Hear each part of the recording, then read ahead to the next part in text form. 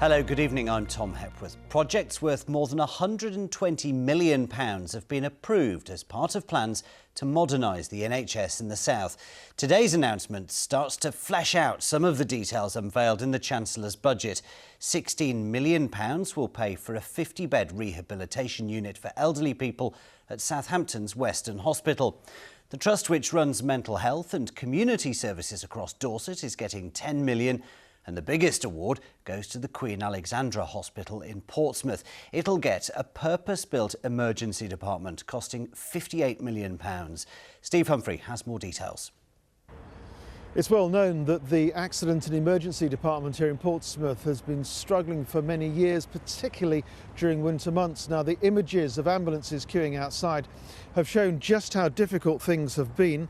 An inspection earlier this year found there had been lengthy delays, an avoidable death and a near miss last winter. At the time, the Chief Executive said large-scale redevelopment of the emergency departments was the long-term solution. Now, with the new government funding, that will happen. This was the reaction of people in Portsmouth earlier today.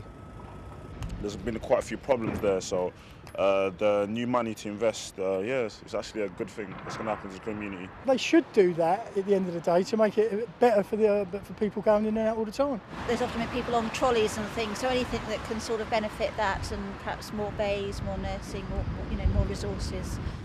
The £58 million will pay for a new emergency department, and rather than trying to alter the existing A&E, there will be a brand new building, complete with an acute medical unit.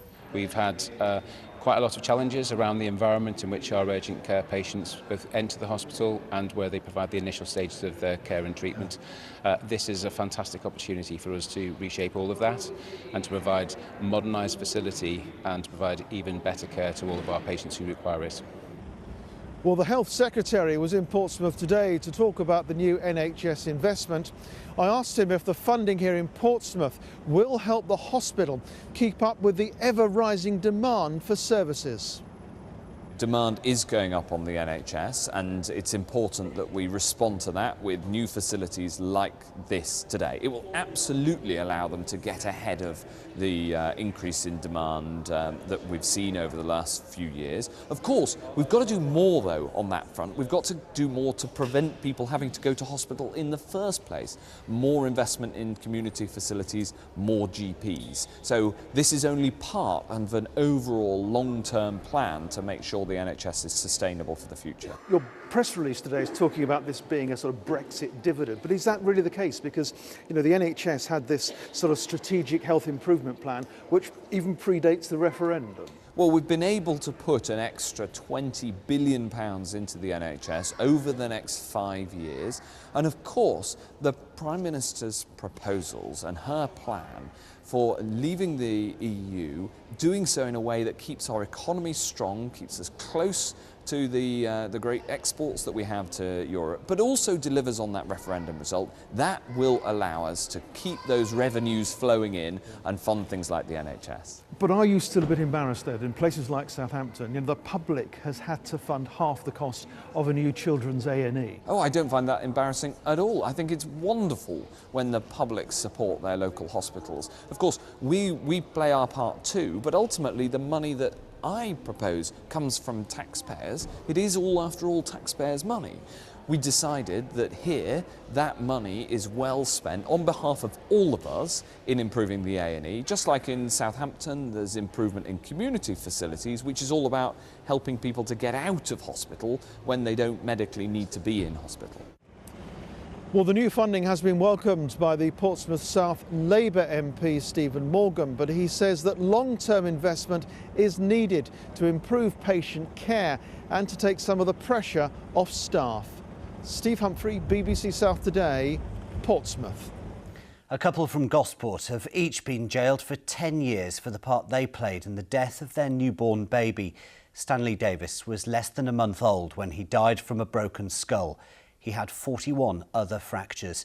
Police hadn't been able to tell whether Roxanne Davis or her partner Sam Davies dealt the fatal blow. The RMT unions announced another strike on South Western Railway in the run-up to Christmas. Its members will walk out on Saturday, the 22nd of December, in the long-running dispute about the role of guards. Now, an Iranian student at Reading University is worried he won't be allowed to graduate because of trade sanctions imposed by President Trump. Pastor Sadat can't pay his tuition fees, not because he hasn't got the money, but because international banking in Iran has been stopped by the US. Sophia Seth has been to meet him.